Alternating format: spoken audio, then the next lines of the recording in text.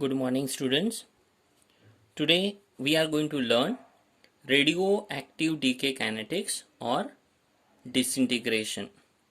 So, according to decay law, it states that the rate of disintegration, that is, a number of disintegration per second of a radioactive element at any instant, is proportional to the number of atoms present at that instant. So if I am having a radioactive element, and initially if n is the number of atoms of that element at any instant of a time t, then the rate of disintegration is given by dn upon dt. So according to decay law, rate of disintegration, that is dn upon dt, is directly proportional to n, that is number of atoms of that element present at that instant. So if we remove this proportionality sign, it will be replaced by a constant denoted by lambda, that is we call as decay constant, and here this negative sign indicates that number of atoms are going to decrease with respect to time. So if we rearrange this equation 1, and if we shift this n to the left hand side and dt to the right hand side, we get this equation. So then integrate both the sides. So on integrating both the sides, we get integration of dn upon n is equal to minus lambda into dt. As we know that integrations of dn upon n, it is same as integration of dx upon x, and integration of dx upon x is equal to ln of x. So integration of dn upon n is nothing but ln of n. Now in other side, integration of minus lambda into dt, where lambda is a decay constant, and since lambda is a constant as well as minus sign is a constant, so it is taken out of the integration symbol. So the remaining is just integration of dt. So integration of dt is nothing but t plus c, because it is indefinite integral, so it has a constant represented as c, which is we commonly called constant of integration. Now to find the value of c, let us consider a initial stage. Initial stage, when the time is equal to 0, let us consider the number of radioactive atoms at that instant will be n naught. So n naught is a number of parent atom at a time t is equal to 0. So if I substitute these two things in equation 2, we get ln of n become ln of n naught minus lambda into t, time will be 0, so 0 plus c. Lambda into 0 will be 0, so ln of n naught is equal to c. So we get a value of this constant c is ln of n naught. Further, if we substitute the c value in equation 2, we are going to substitute this c value in this equation 2.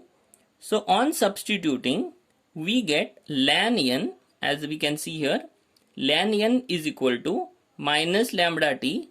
In a place of c, I am putting ln n naught will be plus ln n naught. Further, I am shifting ln n naught to the right hand side. After shifting, it becomes ln of n upon n naught, because ln of n minus ln of n naught, it is of the type log of a minus log of b, and log of a minus log of b is equal to log of a upon b. So ln of n minus ln of n naught is ln of n upon n naught minus lambda t. So when we shift ln to other side, that is right hand side, it becomes exponential. So n upon n naught will be exponential of minus lambda t. then n naught will be shifted to right hand side. So we get this equation represented as n equal to n naught e raised to minus lambda t. So the kinetics of this radioactive decay, it is following a first order rate law. In this equation, n naught indicates number of atoms of parent element in the initial stage, and n represents number of atoms of parent element at a time t. So the decay rate, when we plotted with the time, we get a nature of a graph as shown here. So when we plot the graph of n versus time, that is number of parent element versus time, it decreases exponentially, while if we plot a graph of log of n versus time, we get a straight line with a negative slope as shown in this graph. In this equation we got a constant lambda, that is we called as decay constant. Now let us define this decay constant. To define this decay constant, I am going to use the first equation. Now to define a decay constant, I am going to use this first equation, dn upon dt is equal to minus lambda into n. So this is the equation what I get. So I am keeping now lambda at one side, and I am going to shift every terms to other side. So when we shift, dn upon dt will remain as it is, minus sign, if I shift, the negative sign will come, divided by capital N. So by looking this equation, we can define this decay constant of radioactive element as it is a ratio of rate of disintegration to the number of atoms present at a given instant. So this is how we can define decay constant of radioactive elements. After learning this decay constant, let us see the half-life period in this radioactive element. So half-life period of radioactive element is nothing but a time at which the atoms of radioactive element is reduced to half of its initial value.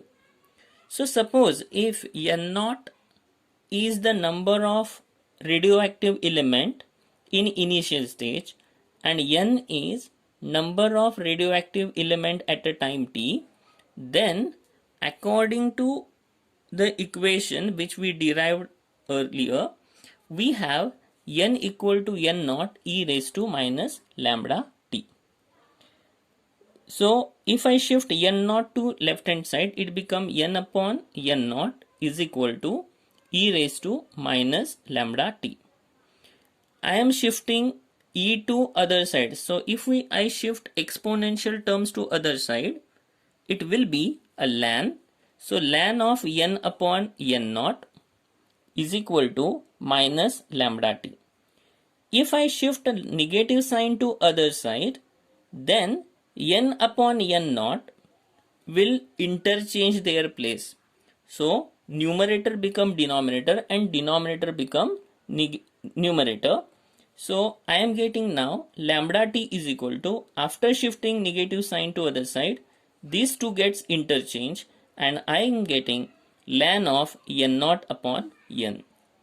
Since I don't want to keep it in ln form and I want to convert into log, as we know that ln of anything is nothing but 2.303 into log of that value. So the ln will be replaced by 2.303 into log. So this equation 1 we will get. So as we are saying, a half-life period is the time at which the atoms of radioactive element is reduced to half of its initial value. So at half-life period, the time will be T half, and at that time the number of parent nuclei will be half of its initial value, that is n naught upon 2. So in this equation 1, I am going to substitute these two terms. So on substituting these two terms in this equation, I am going to get lambda as it is. In a place of t, it will be t of half is equal to 2.303 into log as it is, n naught as it is. In a place of n naught upon 2. So n naught upon 2. So n naught gets cancelled, and after simplifying, we know that denominator of denominator goes to the numerator. So this 2 will come to this numerator, and we get 2.303 into log of 2. Log of 2 is 0.3010. Multiply these two, we get t of half is equal to 0.6930 upon lambda. So this is the half-life period equation for radioactive disintegration process.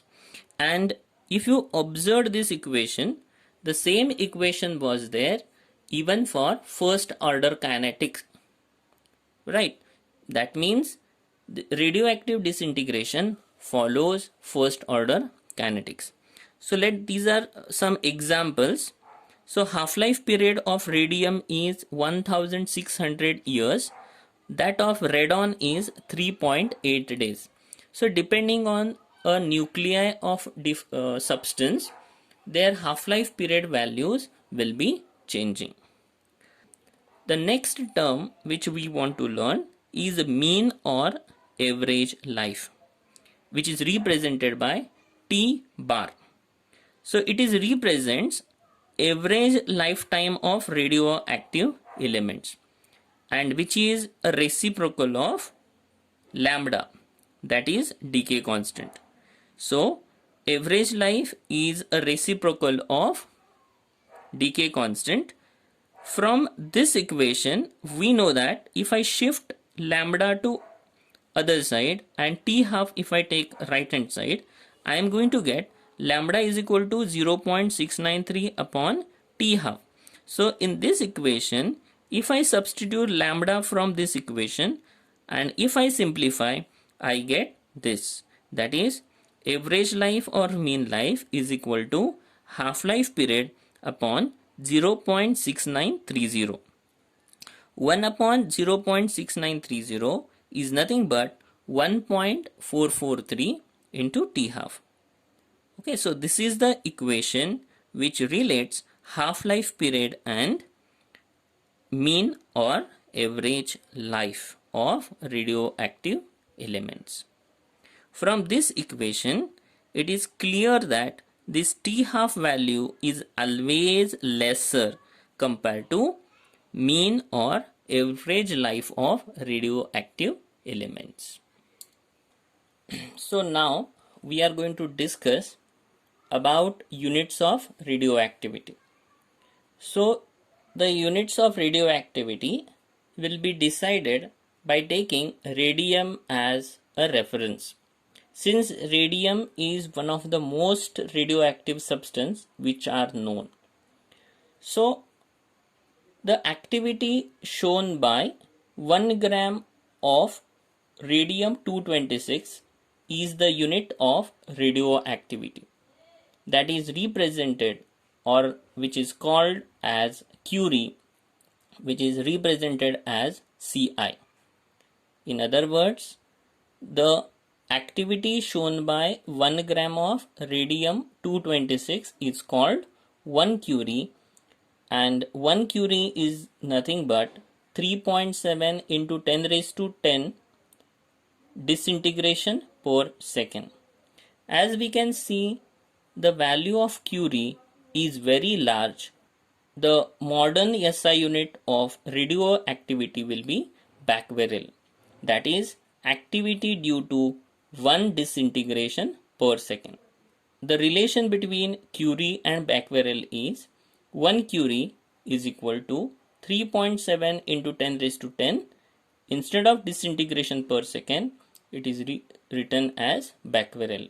So 1 curie is equal to 3.7 into 10 raised to 10 becquerel. Next term which we are going to learn is activity of radioactive substance, which is represented as A. The rate of decay or the number of disintegration per second is known as activity of radioactive substance. So activity is dN upon dt, which is equal to lambda into n. Thank you.